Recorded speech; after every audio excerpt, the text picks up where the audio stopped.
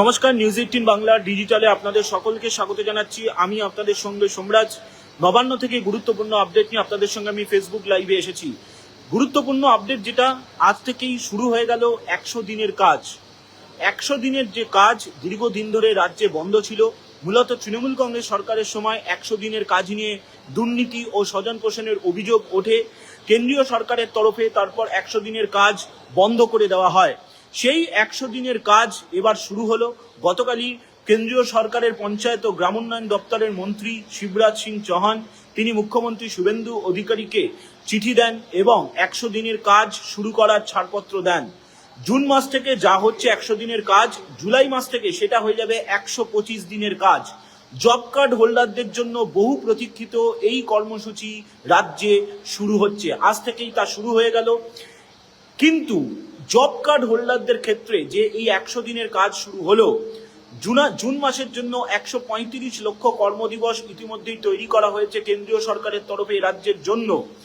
এই 100 দিনের কাজ নিয়ে এবার সতর্ক রাজ্য সরকার এবং তার জন্য পঞ্চায়েত দপ্তরের তরফে জেলাগুলিকে নির্দিষ্টভাবে নির্দেশিকা দিয়ে জানানো হলো যে জব কার্ড হোল্ডারদের এবার ফেস অথেন্টিকেশন বাধ্যতামূলক। হ্যাঁ, ঠিকই শুনছেন, জব কার্ড হোল্ডারদের এবার ফেস অথেন্টিকেশন বাধ্যতামূলক।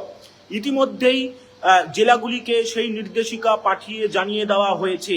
এবার যেটা প্রশ্ন আসে, এই ফেস অথেন্টিকেশন কিভাবে করবেন যারা জব কার্ড হোল্ডার রয়েছেন তারা?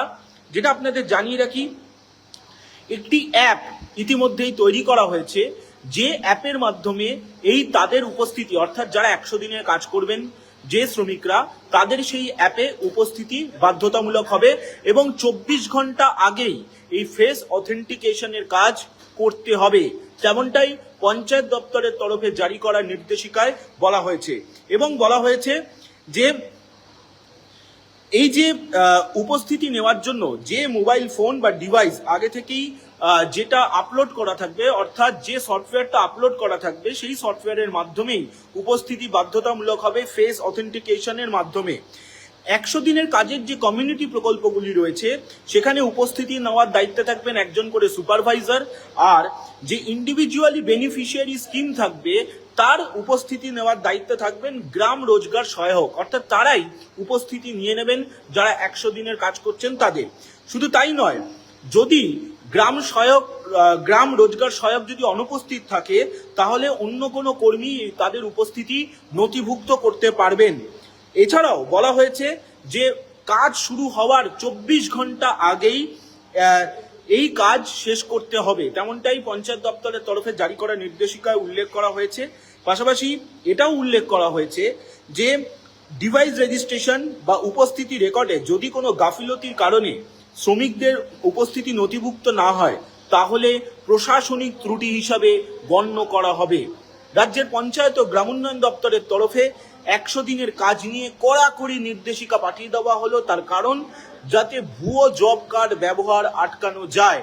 আর সেই কারণেই এবার ফেস অথেন্টিকেশন বাধ্যতামূলক করলো। ইতিমধ্যেই এই নির্দেশিকা জেলায় জেলায় পাঠিয়ে দেওয়া হয়েছে রাজ্যের পঞ্চায়েত ও গ্রামোন্নয়ন দপ্তরের তরফে। গতকালই দেখেছেন কেন্দ্রীয় পঞ্চায়েত ও গ্রামোন্নয়ন মন্ত্রী শিবরাজ সিং চৌহানের সঙ্গে মুখ্যমন্ত্রী শুভেন্দু অধিকারী বৈঠক করেছিলেন এবং রাজ্যে 100 দিনের কাজ শুরু হবার ব্যাপারে ছাড়পত্র দিয়ে দেওয়া হয়েছে। তার জন্য বরাদ্দ করা হয়েছে, অর্থাৎ কেন্দ্রীয় বরাদ্দও করা হয়েছে। সেই 100 দিনের কাজ আজ থেকে ব্লকে ব্লকে শুরু হচ্ছে।